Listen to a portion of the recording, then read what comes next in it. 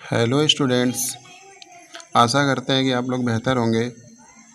आज के क्लास में हम लोग जानेंगे गाउस नियम। आज हम लोग गाउस नियम जानेंगे, लेकिन उससे पहले आप लोगों से एक छोटी सी रिक्वेस्ट है कि अगर आप लोगों को ये वीडियो पसंद आए तो प्लीज़ चैनल को सब्सक्राइब कर लीजिए और वीडियो को लाइक और शेयर कीजिए, ताकि हमारे आने वाले हर एक नोटिफिकेशन आपको मिल सकें और आप इसको अच्छे प्रकार से पढ़कर इसका आनंद ले सकें। जिसमें आपको question intermediate, high school, 9th 11th के लिए काफ़ी इम्पॉर्टेंट क्वेश्चन और नोट्स आपको दिए जाते हैं। तो आइए देखते हैं इसमें गाउस नियम क्या है। इससे पहले इसका फर्स्ट पार्ट आप लोगों ने देखा होगा, जिसमें आप सेकेंड पार्ट है इसके गाउस नियम के एप्लीकेशंस में। इससे पहले वाले पार्ट में हमने गाउस नियम से संबंधित इसके अनुप्रयोगों के बारे में या वैद्युत फ्लक्स के बारे में हमने चर्चा की थी और वैद्युत फ्लक्स के बारे में बताया था कि इसकी गणना हम कैसे करते हैं। तो आइए देखते हैं कि गाउस नियम क्या होता है। इस नियम के अनुसार किसी बंद पृष्ठ से गुजरने वाला कुल विद्युत फ्लक्स उसके अंदर उपस्थित कुल आवेश का 1/ε0 गुना होता है। यदि कोई बंद पृष्ठ हो, यदि हम किसी बंद पृष्ठ की कल्पना करें तो सपोज दैट, जैसे कि अगर आप इसको देखना चाहते हैं तो इसमें आपको बताया जा रहा है कि यदि कोई आवेश है तो मान लीजिए इसमें कोई आवेश रखा गया है, या आप आवेश को Q से दिखा सकते हैं, प्लस Q से। तो इस आवेश से निकलने वाली जो वैद्युत बल रेखाएं होंगी, बहुत सारी वैद्युत बल रेखाओं को दिखाया जा सकता है इसमें। तो ये जो वैद्युत बल रेखाएं दिखाई जा रही हैं, ये फ्लक्स से निकलने वाली जो वैद्युत बल रेखाएं होती हैं, ये टोटल वैद्युत बल रेखाएं या इस पर पृष्ठ पर जितने आवेश पाए जाते हैं, सपोज दैट इस पर टोटल आवेश का मान Q है, तो बताया जा रहा है टोटल आवेश Q का 1/ε0 गुना होता है। इसे ही हम गाउस का नियम कहते हैं, या गाउस का जो है कि रूल्स, गाउस लॉ है यही। तो इसमें हम देख रहे हैं कि यहाँ पर एक फिगर बनाया गया है जिसमें कुछ आवेश दिखाए गए हैं। जैसे आवेश Q1 है, Q2 है, Q3 है। तो परिभाषा के अनुसार अगर हम देखें तो फार्मूला, कल हमने फार्मूला पढ़ा था, phi equals to sigma Q/ε0। तो इस प्रकार से Q क्या है, Q1 + Q2 + Q3, अर्थात सभी आवेशों का योगफल है और इसका 1/ε0 गुना हो गया। तो इस प्रकार फाई इक्वल्स टू Q कुल बटे ε0। तो अतः किसी भी बंद पृष्ठ का फ्लक्स जो होता है, phi equals to linear integration, जिसको हम रेखीय समाकलन कहते हैं, vector E dot vector ds होता है। तो इक्वल्स टू ये बराबर होगा किसके, सिग्मा Q/ε0 के। तो इस प्रकार से हमने ये देखा गाउस नियम क्या होता है। तो गाउस नियम आप समझें कि किसी जो है कि इस नियम के अनुसार किसी बंद पृष्ठ से गुजरने वाला वैद्युत फ्लक्स उसके अंदर उपस्थित कुल आवेश का 1/ε0 गुना होता है। इसे ही हम गाउस का नियम कहते हैं। इसके बाद हम जानेंगे कि ये जो गाउस नियम है इसकी उत्पत्ति कैसे होती है, कि गाउस नियम का जो फार्मूला हम लोगों ने अभी पढ़ा, तो ये गाउस नियम की उत्पत्ति कैसे हुई है। तो आइए इसके बारे में चर्चा करते हैं, देखते हैं गाउस नियम की व्युत्पत्ति। सपोज दैट करते हैं कि माना R त्रिज्या के खोखले गोले के पृष्ठ पर एक R त्रिज्या का हम खोखला गोला ले लेते हैं और इसके पृष्ठ पर Q आवेश वितरित है। इसके पृष्ठ पर आवेश Q एक समान रूप से सतत आवेश वितरण होता है, अर्थात चारों तरफ आवेश का मान समान होता है, वितरित किया जाता है। तो सपोज दैट हम मान लेते हैं कि इसके पृष्ठ का आवेश घनत्व जो है सिग्मा इक्वल्स टू Q/A है, आवेश पृष्ठ घनत्व जिसे हम कहते हैं। जिससे हमने बताया था कि रेखीय आवेश घनत्व क्या होता है, पृष्ठीय आवेश घनत्व क्या होता है और आयतन आवेश घनत्व क्या होता है, इससे पहले आपको समझाया गया है। तो इसके आधार पर सिग्मा इक्वल्स टू Q/A हो जाएगा। यहाँ से हम Q इक्वल्स टू करेंगे तो सिग्मा A हो जाएगा, जहाँ सिग्मा पृष्ठीय आवेश घनत्व है। यहाँ पर आवेश एक समान रूप से इस पर वितरित आपको बताया गया है। इसके छोटे से क्षेत्रफल dA पर अगर हम विचार करें तो अभी इससे पहले आपको बताया गया है कि जो वैद्युत क्षेत्र रेखाएं होती हैं ये पृष्ठ के लंबवत होती हैं। जो वैद्युत क्षेत्र रेखाएं निकलेंगी ये पृष्ठ के लंबवत होंगी। तो यहाँ पर क्षेत्र की दिशा, क्षेत्रफल अवयव dA की दिशा और वैद्युत क्षेत्र E की दिशा दोनों एक ही होंगी। जब दोनों की दिशा एक ही होंगी तो यहाँ पर थीटा इक्वल्स टू 0 डिग्री लिया जाएगा, क्योंकि जब दो पैरेलल रेखाएं होती हैं तो इनके बीच का एंगल शून्य माना जाता है। चित्र से स्पष्ट है कि वेक्टर E व वेक्टर dA के मध्य का कोण थीटा इक्वल्स टू 0 डिग्री है। ये जो दोनों दिखाए जा रहे हैं, क्योंकि दोनों की डायरेक्शन एक ही है, यहाँ पर आप दिखा सकते हैं कि एक वेक्टर E है और दूसरा वेक्टर S है। दोनों को डायरेक्शन सेम है, इसलिए थीटा इक्वल्स टू 0 डिग्री होगा। तो flux phi equals to linear integration vector E dot D vector A हो जाएगा। और हम स्केलर प्रोडक्ट के आधार पर जानते हैं कि vector A dot vector B equals to जो फार्मूला होता है इसको हम लिख सकते हैं AB कॉस थीटा। ये इस प्रकार से दिया जाता है कि A dot B equals to हो जाएगा AB कॉस थीटा। ठीक इसी प्रकार से तो linear integration E dot DA के लिए हो जाएगा E DA कॉस थीटा। यहाँ पर E कांस्टेंट की भांति होगा, जो कि जिसको हम बाहर कर सकते हैं, और DA का काश 0 अंश का वैल्यू 1 होता है, काश 0 अंश का मान 1 हो जाएगा और हमें प्राप्त होगा वेक्टर ओनली E DA हो जाएगा इस प्रकार से वैल्यू। अब हम E को बाहर कर लेते हैं और इसका लीनियर इंटीग्रेशन करते हैं। तो जब DA का लीनियर इंटीग्रेशन करते हैं, इंटीग्रेशन करने के बाद हमको उस पूरा का पूरा पृष्ठ प्राप्त हो जाता है। ये पूरा पृष्ठ क्षेत्रफल प्राप्त हो जाएगा और पूरे के पूरे पृष्ठ क्षेत्रफल को A से दिखाया गया है, कैपिटल A से। ये संपूर्ण पृष्ठ क्षेत्रफल होता है। तो इस प्रकार से हमें इसका वैल्यू प्राप्त हो जाएगा, ये EA हो जाएगा, पूरा का पूरा ये A हो जाएगा। तो इस प्रकार से EA प्राप्त हो जाएगा। और हम phi equals to E equals to हम जानते हैं KQ अपान R स्क्वायर होता है। तो यहाँ पर लिख सकते हैं KQ अपान R स्क्वायर, ये कैपिटल R स्क्वायर है, क्योंकि हमने जो यहाँ पर रेडियस लिया हुआ है ये कैपिटल R है, यहाँ पर R दूरी पर है, कैपिटल R है। तो इस प्रकार से ये KQ बटे R स्क्वायर हो जाएगा। अब हम देखें, जहाँ A गोले का संपूर्ण पृष्ठ है, यह गोले का संपूर्ण पृष्ठ है, अतः गोले का संपूर्ण पृष्ठ इक्वल्स टू होता है A equals to 4 pi R square, और K इक्वल्स टू होता है 1/4 पाई एप्सिलॉन नॉट। अतः जो है कि फाई इक्वल्स टू हो जाएगा, K का वैल्यू रख देंगे यहाँ पर 1/4 पाई एप्सिलॉन नॉट हो जाएगा, और Q अपान R स्क्वायर, और यहाँ पृष्ठ क्षेत्रफल A का वैल्यू रखेंगे तो गोले का पृष्ठ क्षेत्रफल होता है 4 पाई R स्क्वायर।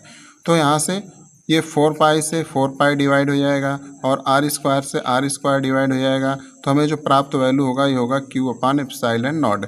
तो इस प्रकार से हमने देखा कि फाई इक्वल्स टू आ गया Q अपान एप्सिलॉन नॉट। तो हमने अभी अभी गाउस का नियम जो पढ़ा था उसमें यही पढ़ा था कि किसी बंद पृष्ठ से, जैसे यहाँ पर ये बंद पृष्ठ है, किसी बंद पृष्ठ से गुजरने वाला वैद्युत फ्लक्स, यहाँ पर ये जो बंद पृष्ठ दिखाया गया है आपको, कि इस बंद पृष्ठ से गुजरने वाला वैद्युत फ्लक्स अर्थात बल रेखाओं की संख्या पृष्ठ के अंदर उपस्थित कुल आवेश, इसके अंदर जितने भी आवेश उपस्थित हैं कुल आवेश का 1/एप्सिलॉन नॉट गुना होता है। तो इसके अंदर का आवेश Q था, तो यहाँ पर Q का 1/एप्सिलॉन नॉट, ये समझ लीजिए Q आपका ये है और इसका 1/एप्सिलॉन नॉट गुना हो गया। तो इस प्रकार से हमने ये गाउस नियम को देखा। इस प्रकार से हम देख सकते हैं ये गाउस नियम की उत्पत्ति है।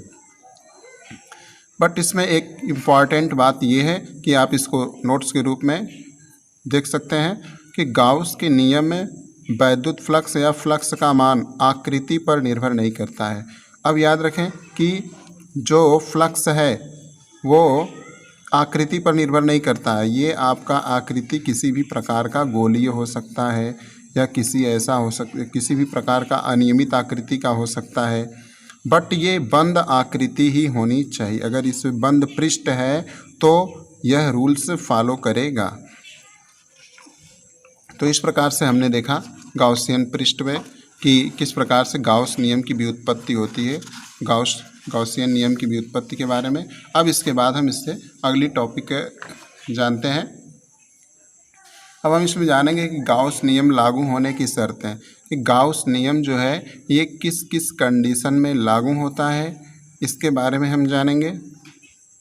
गाउस नियम लागू होने की शर्तें, गाउस नियम केवल आकृति, प्रत्येक आकृति एवं आकार पर लागू होता है। ये जो गाउस नियम है वह हर एक आकृति के ऊपर ये लागू हो सकता है, बट इसकी कंडीशन ये है कि पृष्ठ हमेशा बंद होना चाहिए। यदि पृष्ठ बंद नहीं है तो उस पर गाउस नियम लागू नहीं होगा। जैसे यहाँ पर आपको बताया गया है, यहाँ एक पृष्ठ बनाया गया है, यह पृष्ठ चारों ओर से क्लोज्ड एरिया में दिखाया गया है और यहाँ पर एक बंद पृष्ठ न बना करके एक पृष्ठ ऐसा बनाया गया है जहाँ पर आप यहाँ पर देख सकते हैं कि यह पृष्ठ यहाँ पर खुला हुआ है।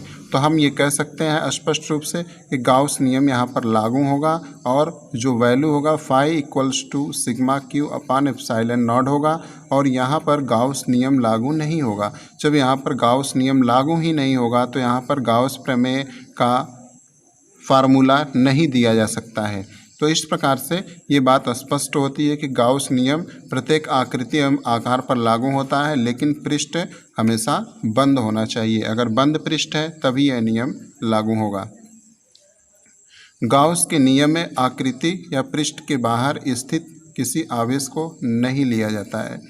गाउस नियम में यह भी बताया जाता है कि यदि कोई आवेश पृष्ठ से बाहर रखा गया हो, जैसे यहाँ पर आप देखें कि यहाँ पर एक आकृति बनाई गई है, इस आकृति में Q1 एंड Q2 दो आवेश लिए गए हैं और एक आवेश ऐसा है जो पृष्ठ से बाहर दिखाया गया है Q3।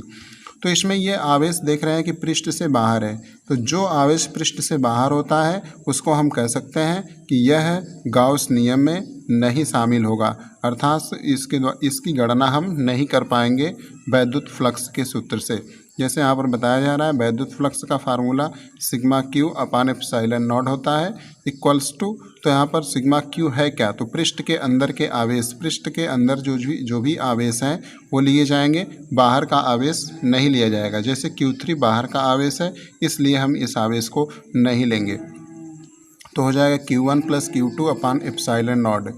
Q3 आवेश पृष्ठ से बाहर है अतः इसे नहीं लिया गया है। यहाँ पर आपको बताया भी जा रहा है कि Q3 जो है आवेश पृष्ठ से ये बाहर है इसलिए इसको नहीं लिया जाएगा। इस पर एक एग्जाम्पल देखते हैं कि माना किसी घन के केंद्र पर प्लस Q आवेश रखा गया है। एक घन है, यहाँ पर आपको दिखाया जा रहा है एक घन बनाया गया है, इसके सेंटर पर, इसके बीच में केंद्र पर, जैसे गोले का सेंटर होता है ना, उसी प्रकार से इस घन का, क्यूब का जो सेंटर है इस पर एक आवेश Q रखा गया है। तो घन से निकलने वाला विद्युत फ्लक्स क्या होगा, घन से निकलने वाले वैद्युत फ्लक्स के बारे में हमें गणना करनी है इसमें। तो जैसे हम जानते हैं कि आवेश Q रखा गया है, हम ये जानते हैं कि किसी बंद पृष्ठ से गुजरने वाले वैद्युत फ्लक्स का मान पृष्ठ से परिबद्ध कुल आवेश, पृष्ठ से के चारों ओर से बंधा हुआ कुल आवेश, पृष्ठ के अंदर का कुल जो आवेश है, कुल आवेश का 1/एप्सिलॉन नॉट गुना होता है। तो इस प्रकार से हम ये देख सकते हैं कि formula Q upon epsilon not होता है, बट हमारा जो यहाँ पर पूरा का पूरा आवेश लिया गया है ये टोटल आवेश इस पर Q है, तो एप्सिलॉन नॉट ये सिग्मा Q का पूरा वैल्यू जो होगा Q हो जाएगा और अपान एप्सिलॉन नॉट हो जाएगा। और इसकी जो यूनिट होती है न्यूटन मीटर स्क्वायर प्रति कूलाम होती है। एक बात याद रखेंगे, वैद्युत फ्लक्स की जो यूनिट होती है ये न्यूटन मीटर स्क्वायर प्रति कूलाम होती है। तो इस प्रकार से हमने इस पर एक रिलेटेड एग्जाम्पल देखा। इस पर हम एक और एग्जाम्पल आपको समझाते हैं कि माना कोई प्लस Q आवेश किसी घन की एक फलक के केंद्र पर रखा है। माना कोई आवेश प्लस Q है किसी घन के एक फलक पर, सिर्फ वह एक ही फलक पर रखा हुआ है। आप इस बात को जानेंगे कि घन में 6 फलकें होती हैं, जैसा कि इसमें आप देख सकते हैं, एक ऊपरी फलक हो गया, एक नीचे वाला फलक हो गया, 2 एक ये सामने इधर का फलक हो गया साइड का, एक इधर साइड का फलक हो गया, 4 हो गया, एक सामने का फलक ये हो गया 5वां और एक पीछे का जो फलक होगा ये 6वां। इसमें घन में 6 फलकें होती हैं। तो कह रहा है कि किसी एक फलक, मान लीजिए ये ऊपर वाला फलक है, इस ऊपरी फलक के पृष्ठ पर एक आवेश Q रखा गया है इसी पर, तो घन से निकलने वाला वैद्युत फ्लक्स क्या होगा। ऐसे कंडीशन में phi equals to half sigma Q upon epsilon naught इसका वैल्यू होगा।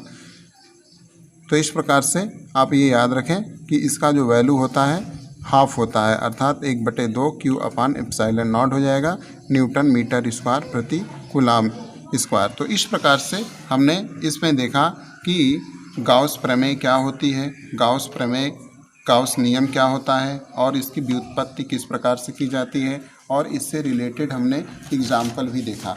अब हम जो है इसमें इससे रिलेटेड और भी चीज़ों को देखेंगे।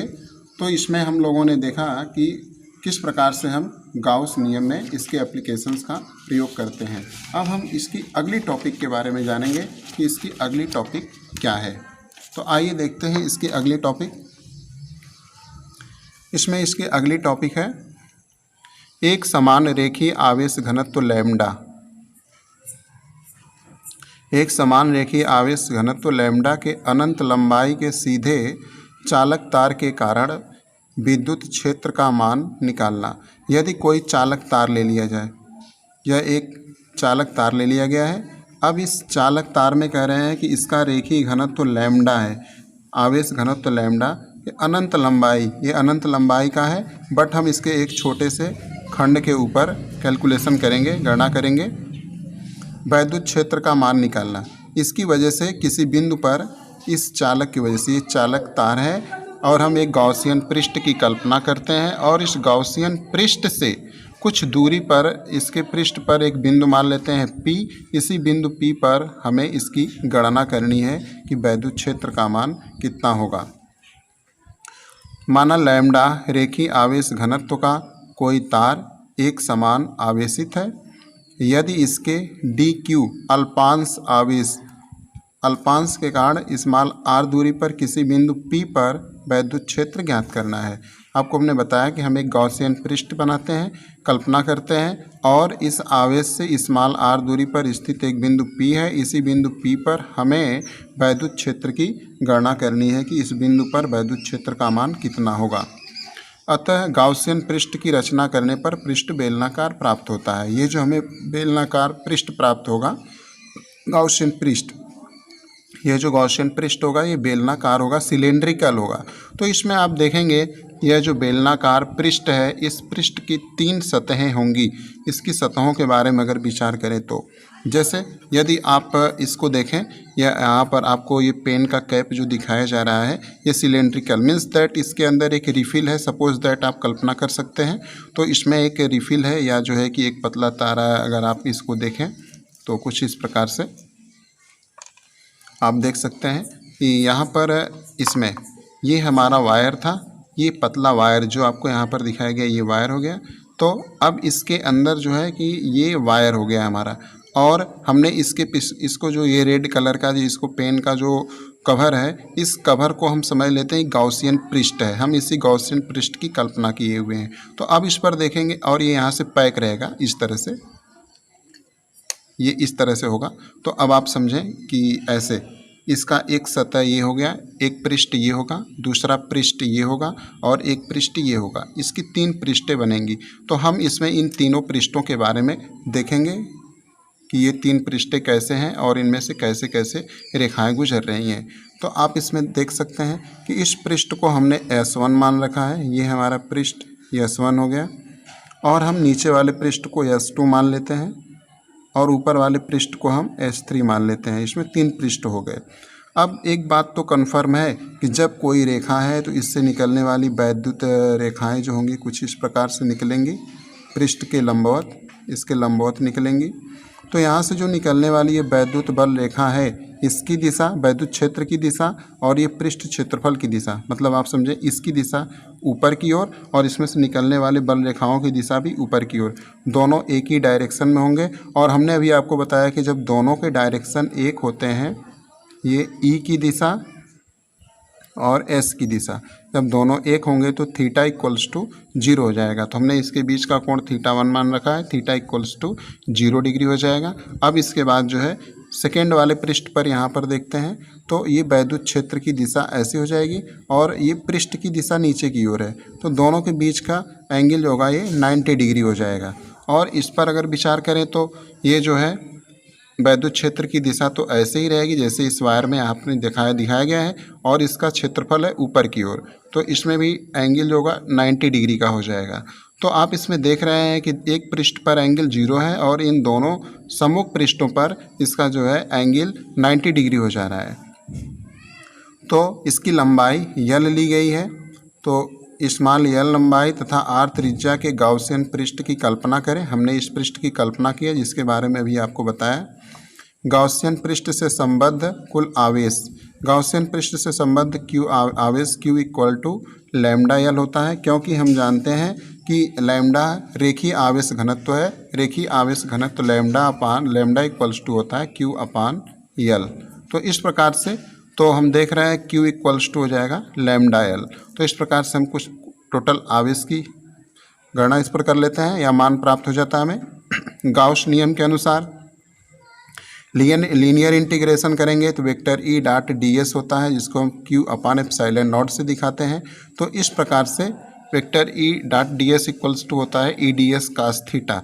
तो इसको हम लिख सकते हैं, यह बराबर होता है Q अपान एप्सिलॉन नॉट के, क्योंकि हम ये जानते हैं कि वैद्युत फ्लक्स जो होता है Q का 1/एप्सिलॉन नॉट गुना होता है। इस प्रकार तीनों पृष्ठों S1, S2, S3 से निकलने वाला वैद्युत फ्लक्स, अगर तीन पृष्ठ जो हैं तीनों पृष्ठों से निकलने वाले वैद्युत फ्लक्स की गणना करें तो कुल वैद्युत फ्लक्स तीनों को ऐड कर दिया जाएगा। तो इस प्रकार से ये हो जाएगा E1 इंटू डॉट DS1 हो जाएगा, और ये E2 हम इसको समझ सकते हैं E2 डॉट DS2 कह सकते हैं इसको, और ये E3 डॉट DS3 हो सकता है। टोटल ये वैद्युत flux Q upon epsilon not के बराबर हो जाएगा। ये E1 S1 कास थीटा 1 हो जाएगा, E2 DS2 कास थीटा 2 और E3 DS3 कास थीटा 3 हो जाएगा। तो हम ये जानते हैं थीटा 1 का वैल्यू 0 है और थीटा 2 एंड थीटा 3 का वैल्यू 90 डिग्री है, जैसा कि हमने यहाँ पर आपको बताया है कि थीटा 2 का डिग्री 90 डिग्री है और थीटा 3 का भी डिग्री 90 डिग्री है और थीटा 1 का वैल्यू जो है 0 डिग्री है।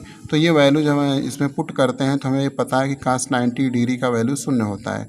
तो कास 90 डिग्री का वैल्यू 0 होता है तो ये थीटा 2 और थीटा 3 0 हो जाएंगे, और बताया भी गया है आपको कास 90 डिग्री इक्वल्स टू 0 होता है, अतः cos theta 2 and cos theta 3 equals to 0 होगा। तो फाई इक्वल्स टू हमें सिर्फ E1 DS1 कास थीटा 0 प्राप्त होगा और दो वैल्यू इसके 0 हो जाएंगे। तो इस प्रकार से कास 0 डिग्री का वैल्यू 1 होता है। जैसे हम ये वैल्यू इसमें पुट करते हैं तो हमें ये रिजल्ट प्राप्त होता है, ये Q अपान एप्सिलॉन नॉट के बराबर होता है।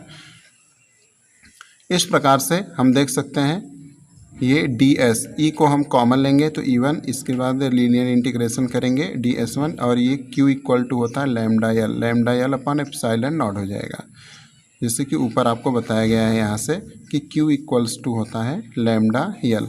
तो ये जो फार्मूला यहाँ पर लिखा गया है Q बटे एप्सिलॉन नॉट, Q का मान यहाँ पर लैम्डा यल लिख सकते हैं, तो हो जाएगा लैम्डा यल बटे एप्सिलॉन नॉट हो जाएगा। अब E इक्वल्स टू ये ES हो जाएगा, इसका इंटीग्रेशन हम करेंगे तो टोटल S हो जाएगा, और ये lambda L upon epsilon not अपने स्थान पर बना रहेगा। S क्या है? ये संपूर्ण पृष्ठ है, बेलन का संपूर्ण पृष्ठ। यहाँ पर ये जो बेलन बना हुआ है ना एक सिलेंडर, इसका संपूर्ण पृष्ठ है। इसके संपूर्ण पृष्ठ, बेलन का संपूर्ण पृष्ठ होता है 2 pi RL lambda L upon epsilon naught equals to, ये टर्म्स लिखा ही जाएगा। तो इसमें से E इक्वल्स टू जब हम करेंगे तो L से L कैंसिल हो जाएगा और बचेगा हमें lambda upon 2 pi epsilon not into R।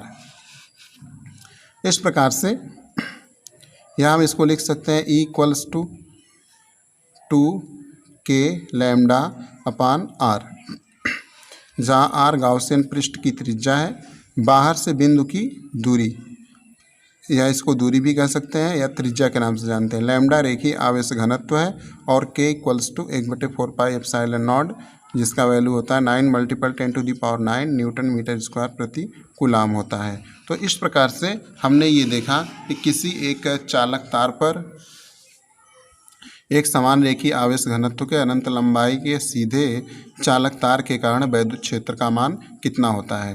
तो आज की गणना में हम लोगों ने ये देखा कि किस प्रकार से हम इसकी गणना करते हैं। यदि आप लोगों को ये वीडियो पसंद आया हो तो चैनल को सब्सक्राइब करें और वीडियो को लाइक और शेयर करें। वीडियो वॉचिंग करने के लिए थैंक्स।